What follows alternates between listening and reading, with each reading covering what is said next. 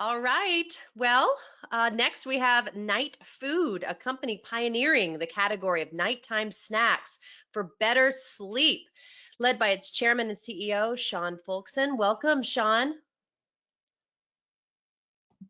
Well, let's see. Let's make sure we can hear you. I was so careful to be muted for Andrew that I Now muted it's all you, myself Sean. a little too long. Take it away. Okay, great. Are we ready to go? Yes.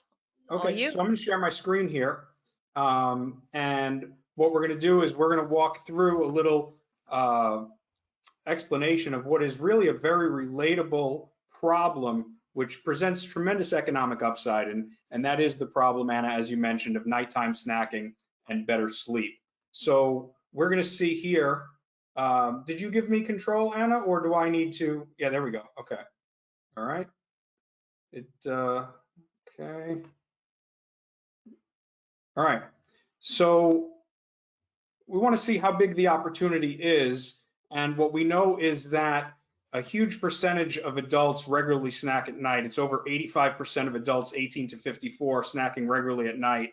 And even if we go on to include all adults and get into those older segments, it's still well over 80%. And the fact that younger people are the most frequent nighttime snackers, that's a positive trend for the future of the need. But even 80% is an incredible number, because look at what the most popular choices are. And this is probably not surprising, especially if you know anything about our company. The most popular choices are chips, ice cream, candy, and cookies. These things are obviously not just unhealthy, but these kinds of high sugar, high fat, high sodium snacks can be very disruptive to sleep quality. Now, in the last few years, lots of snack brands have successfully launched better for you and healthier versions of our most popular nighttime snack choices. So, you've got Terra chips, you've got Skinny Pop popcorn, you've got Halo Top ice cream, brands that have sold hundreds of millions in revenue with billion-dollar valuations. So, consumers are voting with their wallets. We can see that they do want better, healthier snack options and are willing to spend big bucks for that. But with such a large percentage of snacking taking place shortly before bed, none of the brands that I mentioned, and really nobody else in the marketplace, has ever formulated snacks with better sleep in mind. And here's why that's important. What we know is that people are reporting declining sleep quality. And this is a trend that's not just 2019 and 2020. This has been going on for over a decade. And the bad news is that COVID has increased the trend, but the worst news is really that most people were already dissatisfied with their sleep long before COVID hit. And so with so many nighttime snackers and so many people reporting sleep problems, we know who's going to start to take notice, and it's pretty obvious, and it makes a lot of sense. The largest global food and beverage players, Nestle, Kellogg's, Mondelez, right? Consumer research giant Mintel, which identified the need for nighttime specific snacks a couple of years ago. And right now, Pepsi is in the midst of their launch of what they call a sleep supporting beverage, which is called Driftwell, and they're rolling that out into the market. And they rushed that to market in the wake of COVID. So here's what we know. We know that over $50 billion is spent annually on snacks consumed between dinner and bed. We know that most consumers are snacking regularly at night. We know most of those consumers feel guilty about their unhealthy night snacking. We know that most consumers are dissatisfied with sleep quality, and we know that most consumers prefer snacks with functional benefit. And yet, the opportunity remains at this point unaddressed by the bigger players. And, there's lots of reasons why people snack at night. The reality of it is that most nighttime snacking behavior has strong biological drivers, because like other animals, us humans are hardwired to store fuel in our tanks before fasting. This is an ancient survival mechanism. It's helped increase the odds of survival for our caveman ancestors. And at night, these cravings, they're very specific. They're for sweets, they're for salts, they're for fats. And these cravings increase, and it's a way for nature to ensure that we consume as many calories as possible before that long nighttime fast. And this was super helpful when food was scarce and what you could find wasn't processed, was very rich in nutrients and not very rich in energy. But now, in modern day, with the abundance of foods and processed foods available to most of us, this is an outdated survival mechanism that's really working against us in a major way. So when you combine those cravings with willpower that's decreasing at night, stress, and the need for emotional reward, it's easy to understand how nighttime snacking has become such a big problem. This is our board of advisors. You can see Dr. Michael Bruce, who is probably the nation's most prominent sleep expert, Dr. Lauren Brock, who has dual specialties in both sleep and nutrition, Dr. Michael Grander, one of the nation's leading and really the world's leading experts on the topic of sleep research and as it relates to diet and the bi-directional relationship, and celebrity chef Chris Santos, who you might know from the TV show Chopped. And in addition to that team, we've been able to build a great team of people in the consumer goods space with really relevant, top-notch business experience. Jim Christensen is the former VP of ice cream sales for Unilever.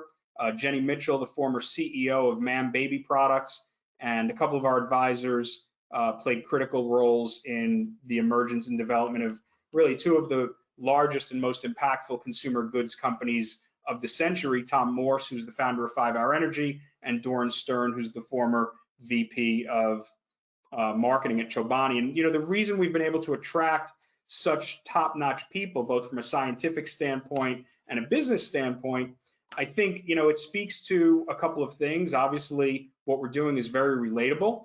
What we're doing has the opportunity to help millions of people in their daily lives by solving a real-world problem that actually people have to wrestle with pretty much every night of their lives.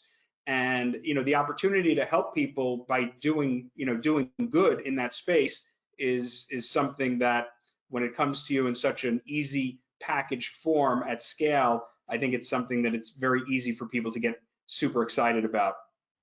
So I'm going to take a drink of water while everybody reads this. Nobody needs me to read to them.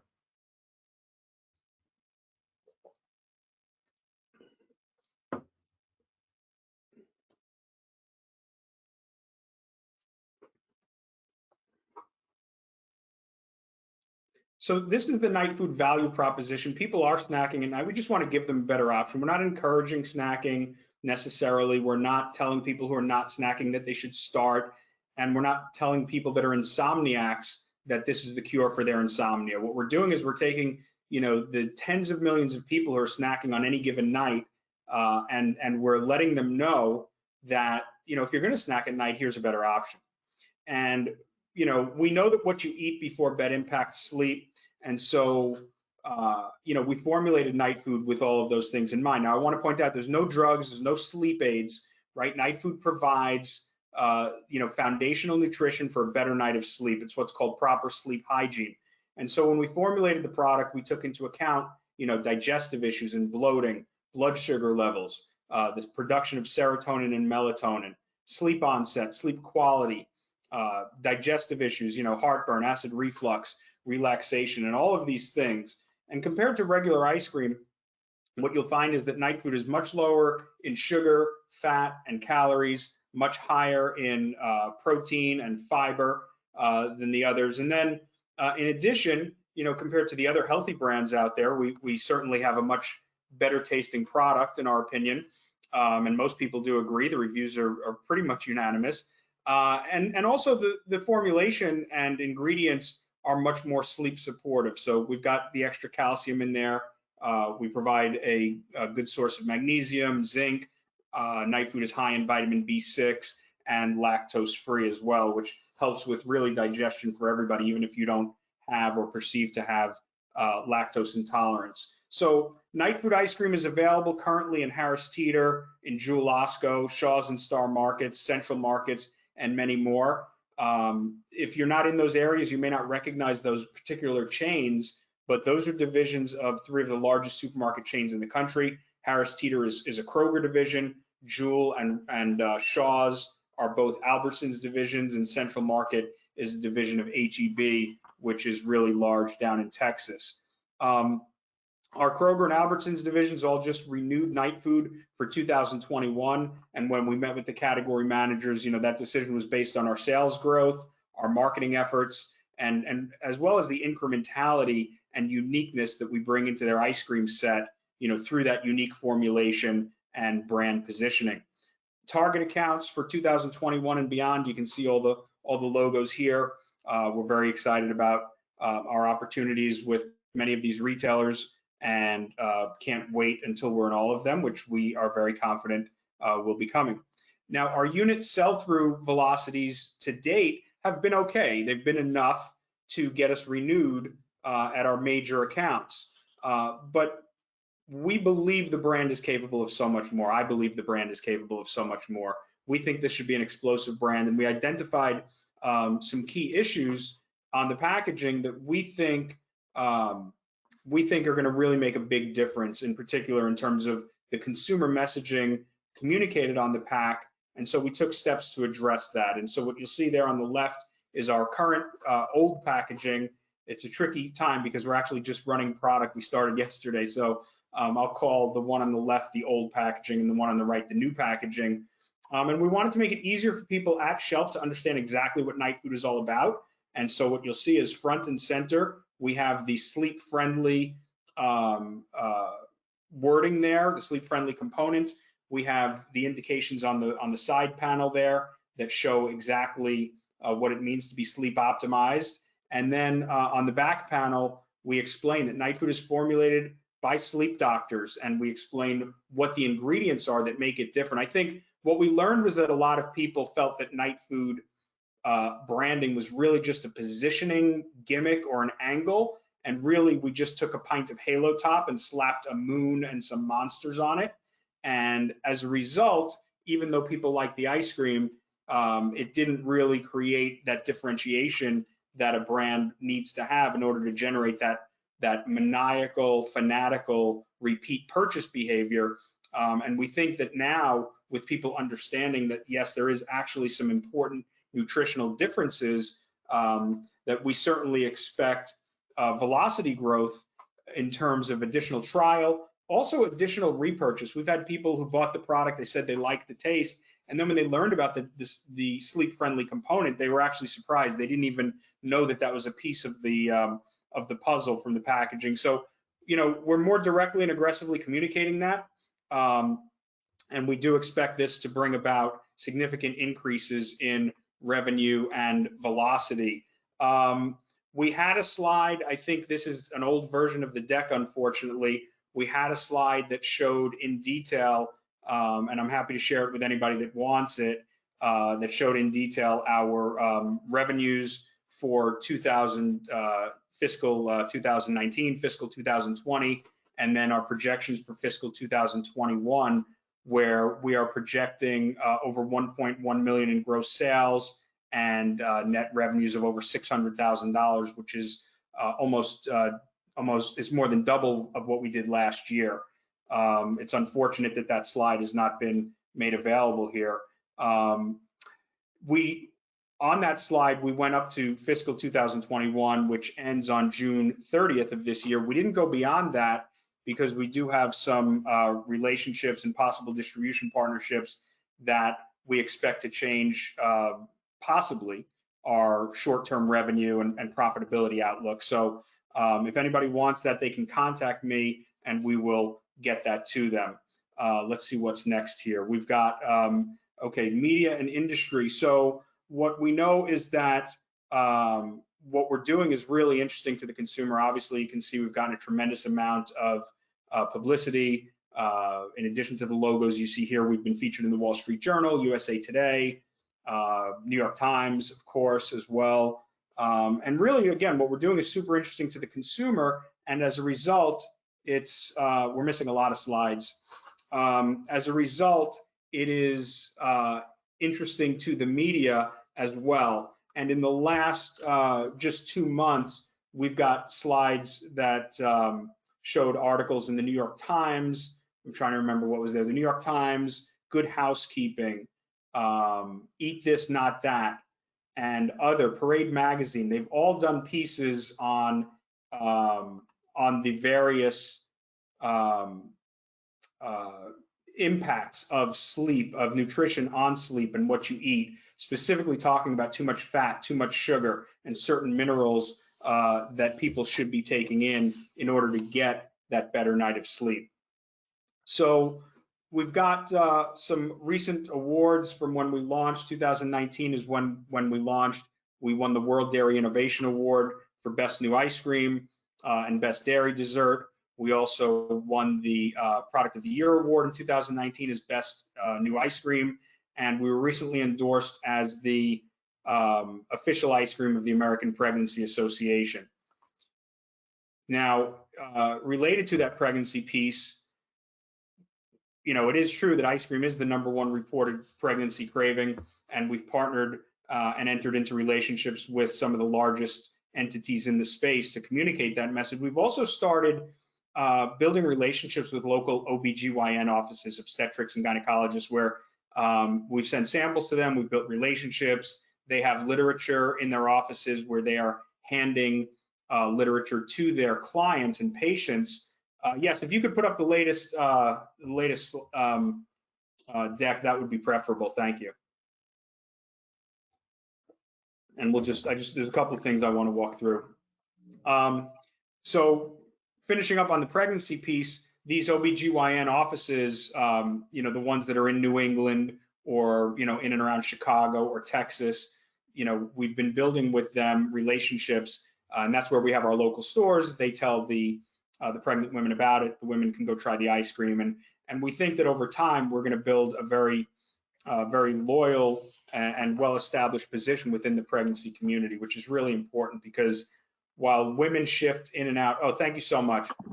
Let me finish up here we go, and then we'll get back to that. So while women do drift in and out of pregnancy, obviously women are not, really, active in that pregnancy market for much more than 6 to 9 months.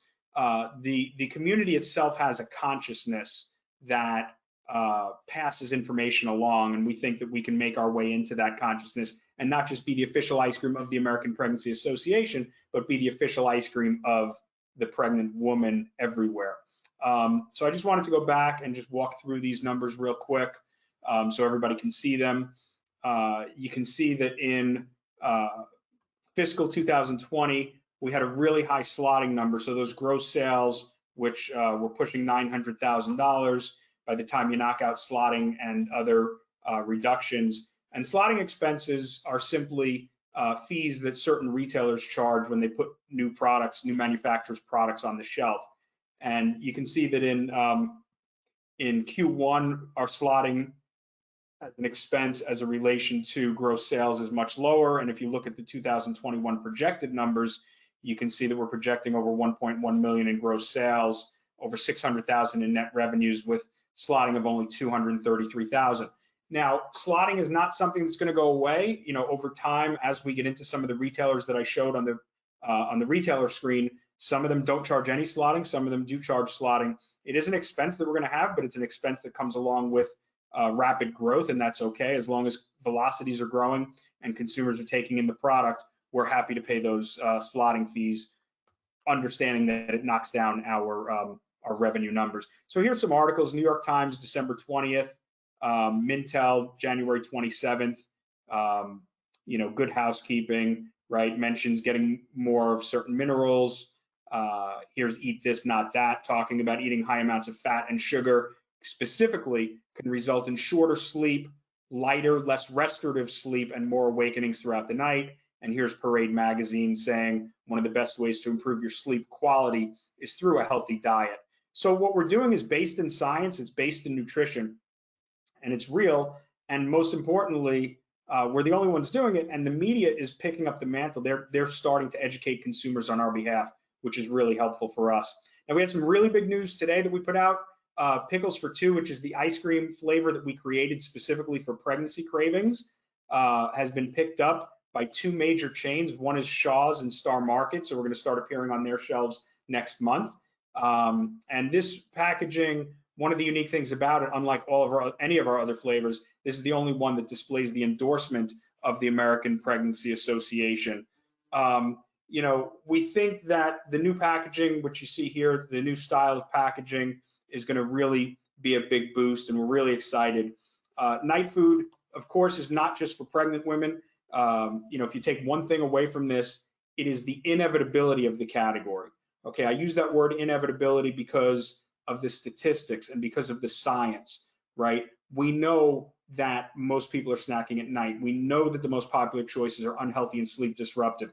We know that what you eat impacts sleep, and we know that most people are dissatisfied with their sleep, and we know that the media is starting to take this and run with it.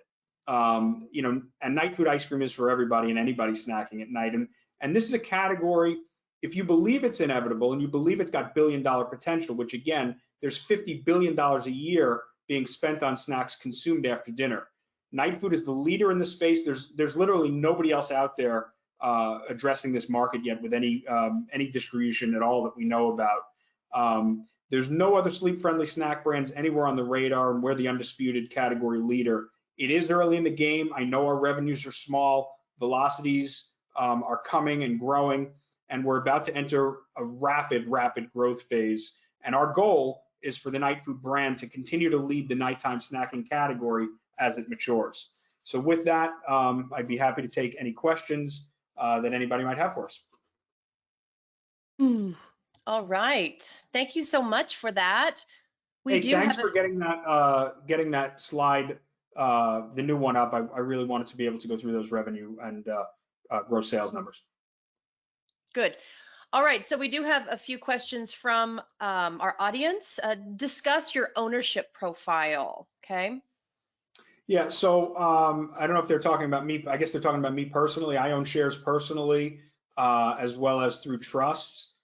We also, Andrew on the previous presentation did something great where he showed the warrants that are outstanding. I've got warrants at 30 cents, and my bonuses that I earn when the company hits certain milestones, such as revenue milestones and things like that, those are earned at 50 cents and at $1. And I know the stock is under 25 cents right now. So that's my personal structure. I own about 16 or 17 million shares. Most of that is personal. About 5 to 6 million is through trusts. If they're talking about the company structure, there's about 74 million shares outstanding, and we've got well over 5,000 shareholders in the company, and that was as of last year. We don't know what the current number is, but I'm guessing it's probably well over 6,000 by now. Okay. How many stores do you expect to be in 2021? Right now, we're in about 800 stores, and we expect to more than double that here in 2021, in fiscal 2021, which again ends June 30th. So that's kind of the short-term outlook in terms of store growth. Are you worried that any of the big guys are going to come in and steal the category from you? It's a very common question that gets asked. No, because what we've seen in consumer goods, these big companies typically don't create and don't pioneer any new categories typically. What they'll do is they'll wait and see if something is going to prove out to be viable, and then they will come in and either acquire or try to take over at that later point. Now, the thing that's really interesting, because what we're doing is such a big opportunity, even if somebody were to come in tomorrow and try to dominate the category, one of the big players maybe that we've shown on the slides or somebody else, that would put everybody else on notice. And I think that instantly, the second or third company that wanted to get in the space would have to come to us and come through us, because we do have a meaningful head start, and our head start is going to be known to be much more meaningful here in the next couple of months. And so I'm not really worried. It's not the way they normally operate. And again, even if one company were to come in and try to do something, it would force everybody else to start talking to us probably earlier than they would want to and earlier than we would want to, but it would be a great position for us to be in, I think. Okay. What about other products like cookies, chips, candies, night food? Will it be getting into those? Yeah, sure. It's something that over time we anticipate getting into. We don't envision ourselves at all as just an ice cream company. We didn't start as an ice cream company. And we believe that for anything that people like to eat at night, for anything that people crave at night, that they go for at night, we can develop a more sleep-friendly and healthier version of that for them. And we think that's what presents the huge opportunity to the big strategics. It's not just the ice cream component of it, it is the opportunity to dominate a day part across multiple snack formats. And the strategic value there is tremendous. We've already been contacted by one of the largest food and beverage companies in the world. I don't know if it will, necessarily lead to anything in the short term, but in the medium to long term, I think we're going to be in great shape with those guys. And a big part of it is that this is a platform that would extend long, far beyond just ice cream. Okay, talk to me about, you gave yourself 400,000 shares a few weeks ago. Explain why the company did that. Yeah, so I mentioned that earlier. So it's not 400,000 shares, it's 400,000 warrants priced at 30 cents.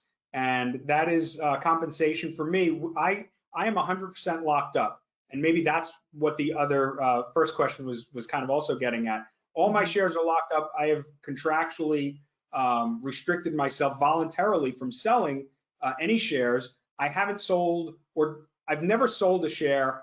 I disposed of 80,000 shares in exchange for legal restructuring, building those trusts where we have shares under, and that's just to provide for me and my family. That was 80,000 shares back in 2015.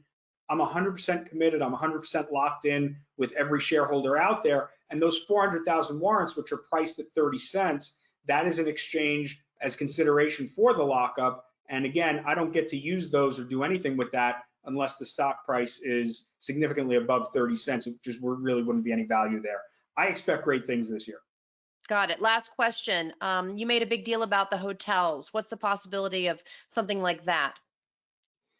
It must be somebody that's following me on LinkedIn or Twitter. I've been paying a little bit more attention to hotels again. I think that's a great space for us. We're making a lot of headway a little over 12 months ago in the hotel space, and I believe that opportunities exist for us to build a strategic partnership with hotels where they provide night food, in their stores.